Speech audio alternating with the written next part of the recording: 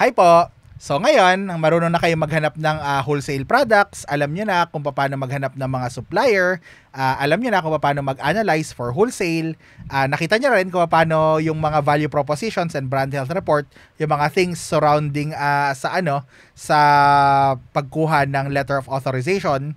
So tapos medyo may pahapyaw na rin sa private label, okay? Hindi ko lang kasi parang nagbago yung isip ko na ituro kasi yun nga, hindi ko naman talaga kabisado.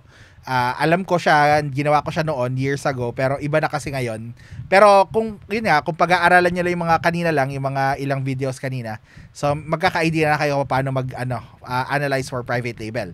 Ngayon, kung nabitin kayo dito, kung may mga bagay kayo na na hindi nyo masyadong naintindihan or you think na na dapat mas inexplain ko pa, so huwag kayo mahiya na magsabi. Okay, kasi syempre this is my shot na na gumawa ng sarili kong wholesale course. Pero wag kayong mag-alala kasi I will keep improving this course as I hear more from you.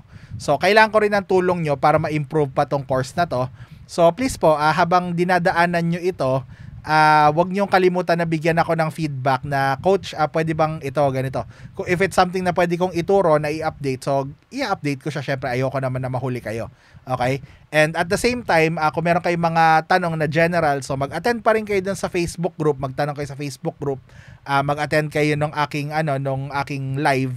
Okay, and kung gusto niyo ng coaching, so syempre yung coaching, mas i-discuss ko pa ng konti yung mga alam ko. May mga parts dito na hindi ko pwedeng i-share, syempre. For one reason or another. Pero ayun, kung gusto niyo pang matuto ng mas one-on-one, so sabihan niyo lang ako, mag-o-offer naman ako ng one-on-one coaching para dito. So just let me know. Pero as far as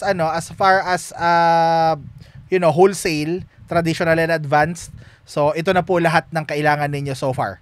Okay? The rest of it, syempre pag-aaralan nyo na lang yung mga basic concepts na yung tinuro ko. The rest pag-aaralan nyo.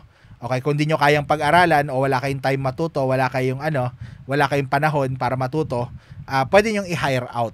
Okay, yun ang maganda dyan.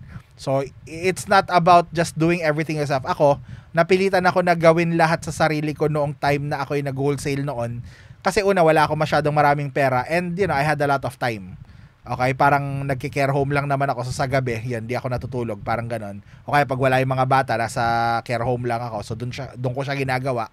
Pero yun nga, I became a jack of all trades na marunong ako sa iba't ibang mga bagay pero hindi ako expert.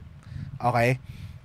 So, kung may pera kayo, seryoso kayo mag-wholesale, so i-outsource nyo na, maghanap kayo ng mga expert dito sa mga iba't ibang fields na kailangan ninyo and sa kanila kayo lumapit, sa kanila kayo magpatulong. Okay? So, again, maraming salamat po sa inyong lahat sa tiwala and I'm really rooting for your success dito sa wholesale. And then I really hope po na balikan niyo ako na kung meron kayong meron kayong feedback. And I would especially appreciate po kung bibigyan niyo ako ng magandang review. Of course, kung natuwa kayo, kung hindi kayo natuwa, din syempre balikan niyo ako para ma-improve ko yung hindi ko yung kumbaga area na weakness, okay, na hindi niyo na hindi niyo ikinatuwa, okay? Pero for the most part, I would appreciate po kung i-review niyo ako ng maganda. I-post nyo na lang po dun sa group o kaya tell your friends, tell other people, okay? And ayun po, maraming salamat po sa inyong tiwala and good luck po sa inyong lahat and God be with you. Salamat po. Si Coach Jonel po ulit ito and see you next time. Bye.